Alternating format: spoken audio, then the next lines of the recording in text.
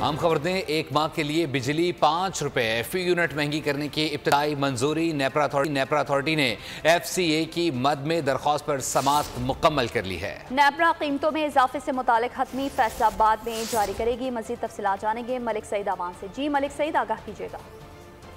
बिजली 5 रुपए फी यूनिट महंगी करने के हवाले से नेपरा में समाअत हुई। समाअत चेयरमैन नेपरा वसीम मुख्तार की जेर सदारत हुई है। जो है वो समाअत के दौरान हुकाम ने बताया कि मानव फूल प्राइस कीमत में तकरीबन 5 रुपए का इजाफा मांगा गया है। नेपरा के तय करदा रेफरेंस के मुताबिक ही लागत आई है। दरामदी कोले से चाइना साहिवाल प्लांट से बिजली पैदावार नहीं की हुई। इसी तरह 3 अरब से ज्यादा बकाया जात जो है वो एडजस्टमेंट की मद में मांगे गए हैं। गुज़िश्ता माह का फ्यूल प्राइस 7 रुपए 6 पैसे बनता था। इस माह फरवरी के लिए इजाफा जो है 4 रुपए 99 पैसे है, जिस पर मेंबर नेपरा का कहना था कि CPPA और वजारत दोनों नेपरा की बात नहीं मान रही। खुद तस्लीम कर चुके हैं कि पैदावार 12% तक कम हुई। अक्टूबर और फरवरी में मुआवजा किया जाए तो फरवरी में अक्टूबर से पैदावार कम हुई।